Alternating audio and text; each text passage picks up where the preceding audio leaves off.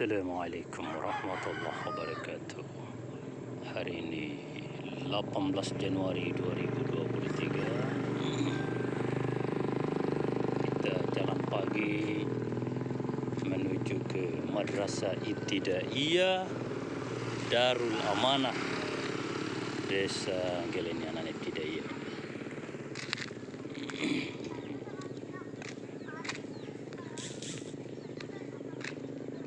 Seperti biasa kita melirik kantor Desa Gele yang selalu tertutup. Aparatnya digaji dengan dana desa tapi tidak berkantor, kecuali di hari Senin saja.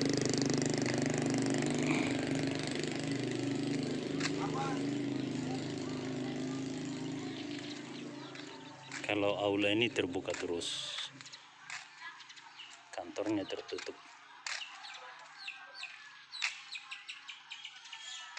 Ini ada acara sunatan, jadi ada pasang tenda di depan rumah.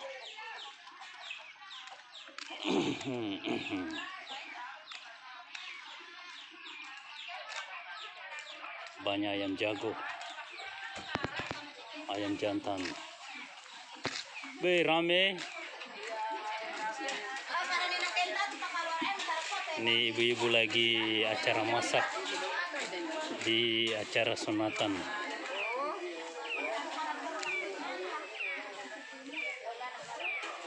Panitia penjaringan Badan Permusyawaratan Desa. Acara apa itu? Potong kambing kah? Mantap.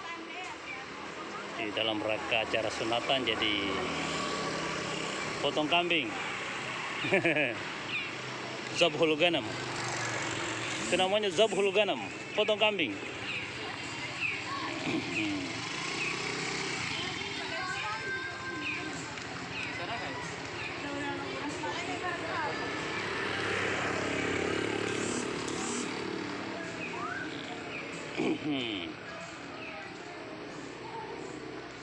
Ya hamunatu.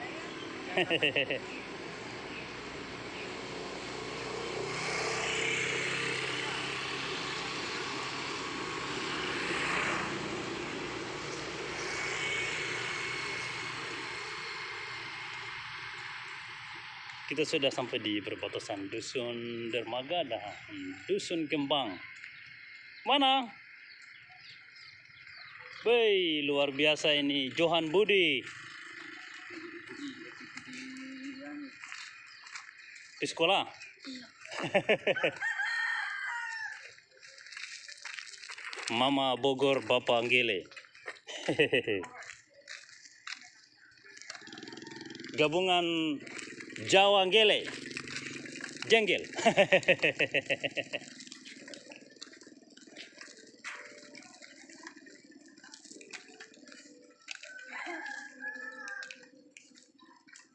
Kita melintas dulu di jalan menuju puskesmas.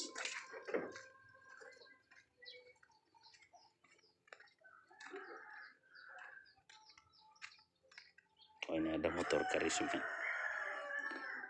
Karisma yang masih bertahan sampai 2023. Assalamualaikum. Ya hamu. Jalan-jalan, liput. Masukkan di YouTube kampung.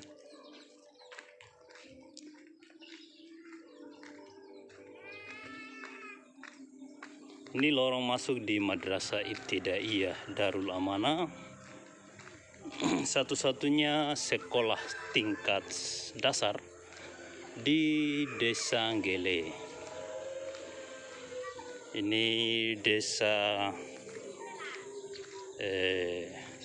pertama di wilayah Talewo Barat Laut yang sangat besar, ibu kota kabupaten, tapi sekolah dasarnya cuma satu. Karena sekolah dasar di Gele itu dan semua sekolah-sekolah dari tingkat SD sampai tingkat atas itu masuk di wilayah desa pemekaran, namanya Desa Onemai. Desa induknya tidak ada sekolah dasar. Wah, assalamualaikum. Ya, jadi satu-satunya sekolah dasar Di Desa Nggele itu hanya madrasah ibtidaiyah. Itu satu-satunya. Tapi nah, ini madrasah ibtidaiyah yang dulu sebenarnya dibangun di lokasi pasar. Hasil keputusan musyawarah tokoh-tokoh masyarakat dan tokoh pemuda, dihadiri oleh 2 kepala pemuda dan sekian tokoh masyarakat, juga anggota BPD dan kepala desa waktu itu, memutuskan dibangun di tanah desa yang sekarang jadi pasar Desa Nggele yang sudah mati. Tapi didemo oleh sekelompok orang sehingga madrasah ini dibangun di tengah-tengah perkebunan sagu dan kelapa. Dan ini kalau musim hujan ini tenggelam daerah ini. Tenggelam. Inilah madrasah ibtidaiyah Darul Amanah yang pernah salah satu muridnya masuk pada tingkat nasional, kompetisi madrasah nasional, kompetisi sains madrasah nasional, mewakili Provinsi Maluku Utara. Tapi gedung sekolahnya hanya 2 ruangan dan tidak ada kepedulian dari pemerintah Provinsi Maluku Utara maupun pemerintah Republik Indonesia untuk membangun madrasah ini untuk menjadi madrasah yang layak. Inilah madrasah ibtidaiyah terbaik seprovinsi Maluku Utara. Ini gedung swadaya yang mereka bangun karena 2 lokal ini tidak mampu memenuhi kuota jumlah santri. Mau mengajar? Iya. Ya, Masya Allah. Oleh Pemda Kabupaten Pulau Talebo, mereka hanya membantu MCK. Ini MCK ini. Anggarannya ini sama dengan membangun sebuah masjid ini.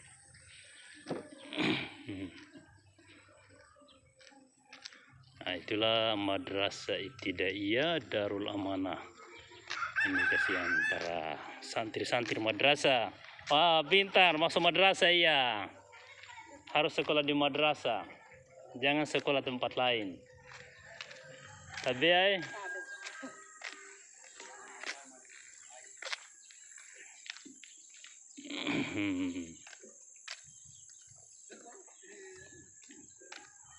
sekarang kita menuju ke belakang Madrasah Sanawiyah. Kampamu. Madrasah Sanawiyah pertama di Pulau Talebo berada di Nggele. Inilah cikal bakal madrasah se-Pulau Talebo. Berawal dari Desa Nggele. Tapi setelah dimekarkan menjadi Desa Onemai, menjadi 2 desa. Desa pemekaran namanya Desa Onemai. Hampir seluruh sekolah itu masuk wilayah Desa Onemai dan Nggele kosong kecuali madrasah ibtidaiyah yang tadi berada di tengah kebun kelapa, yang awalnya mau dibangun di tanah desa tapi diusir oleh sekelompok orang. Terpaksa beberapa orang membeli tanah tadi yang kalau hujan tergenang air setinggi dada, dan sekolah ditutup selama terjadi genangan air.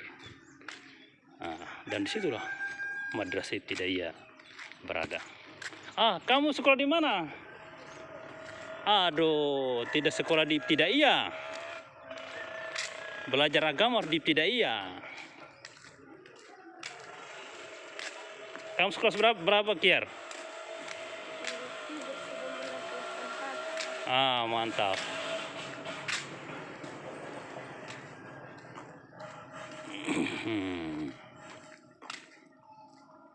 Ini suasana Nggele di tanggal 18 Januari 2023. Sudah 17 tahun lamanya menjadi daerah otonomi baru. Semula adalah bagian dari Kepulauan Sula di awal tahun 2000 sampai sekitar 2014. Kemudian mekar menjadi daerah otonomi baru Kabupaten Pulau Talebo. Kita sudah berada di Simpang 4 dari arah Masjid Miftahul Jannah, dan ini kita berada di depan Kios Dua Putri.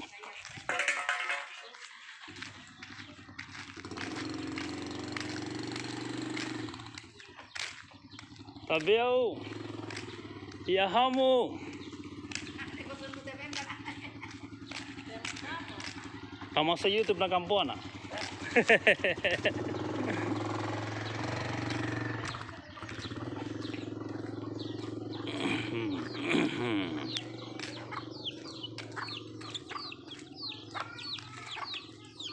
Material bangunan di Pulau Taliabu umumnya menggunakan batu karang laut.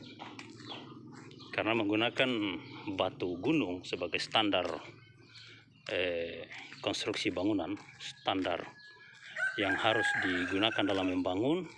Tabeo kede. Nah, kita sekarang masuk di Desa Onemai.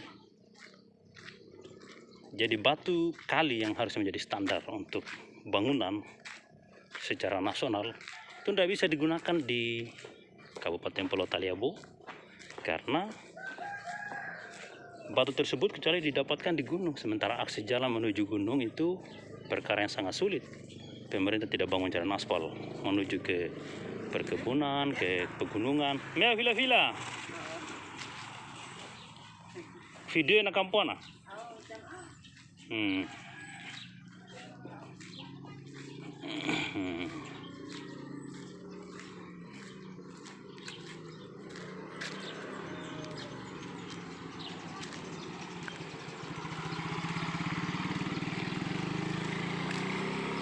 Ini madrasah atau taman pengajian, gedung pertama di Nggele yang dibangun khusus untuk tempat belajar mengaji.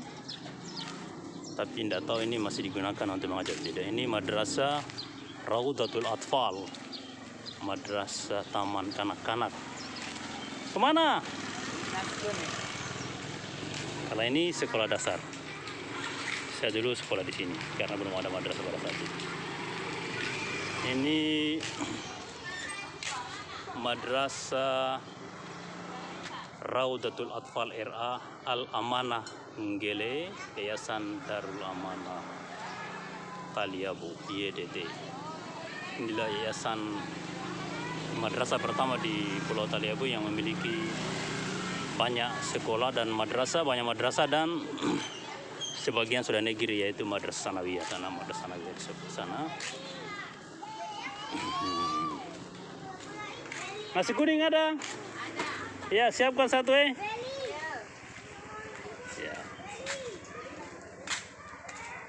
Jadi ini santri madrasah RA ya. Mana yang lain? Kamu belum datang? Waduh. Iya kang. Nah, ini Madrasah Sanawiyah yang pertama di Pulau Taliabu.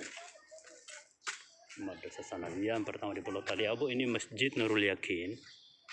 Lokasi ini dulu adalah lapangan bola kaki yang kemudian menjadi masjid dan menjadi Madrasah Sanawiyah. Kita lihat masjidnya. Masjid ini dibangun dengan swadaya masyarakat melalui patungan-patungan dari tokoh-tokoh masyarakat saat itu tahun 80-an, dan terkumpullah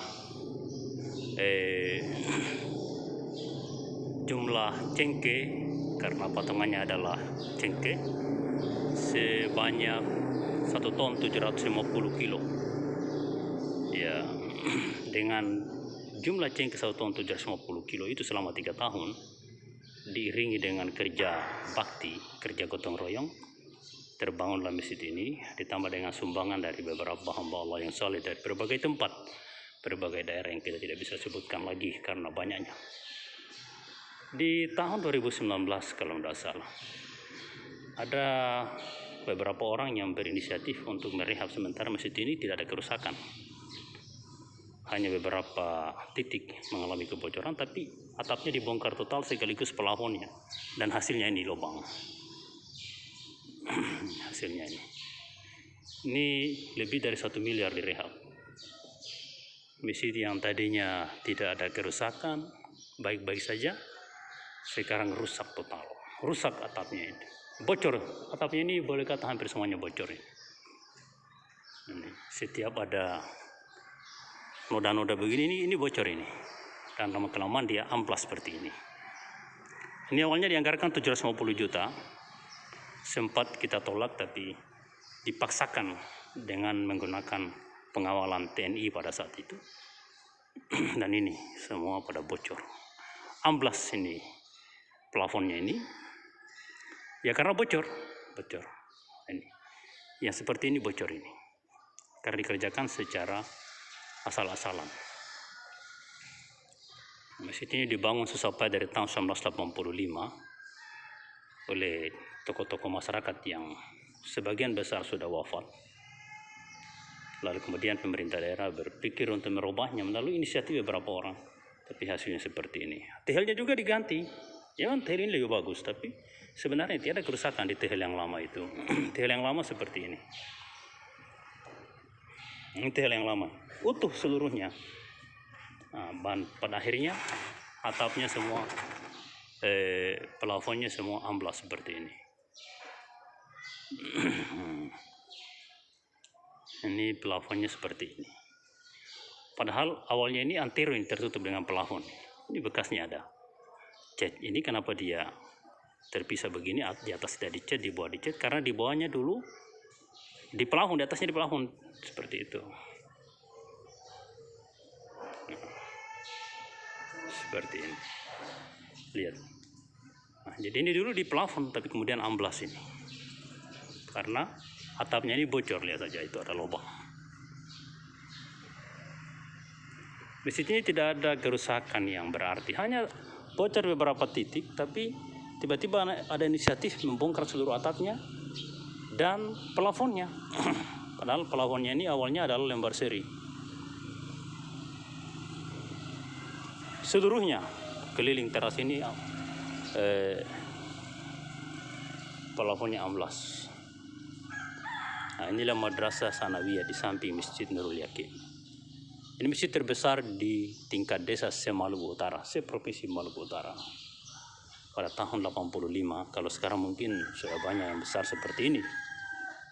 Karena kemajuan pemikiran manusia yang sudah makin merata. Tapi pada tahun 85 hanya Desa Gele yang punya masjid sebesar ini se-provinsi Maluku Utara.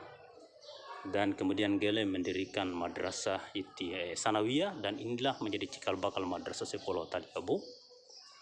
Dan ini menjadi Madrasah Sanawiyah negeri pertama di Kabupaten Pulau Taliabu, Provinsi Maluku Utara. Ya, mungkin sekian dulu kajian kita, nanti kita sambung lagi pada kesempatan berikutnya. Sekian, assalamualaikum warahmatullahi wabarakatuh.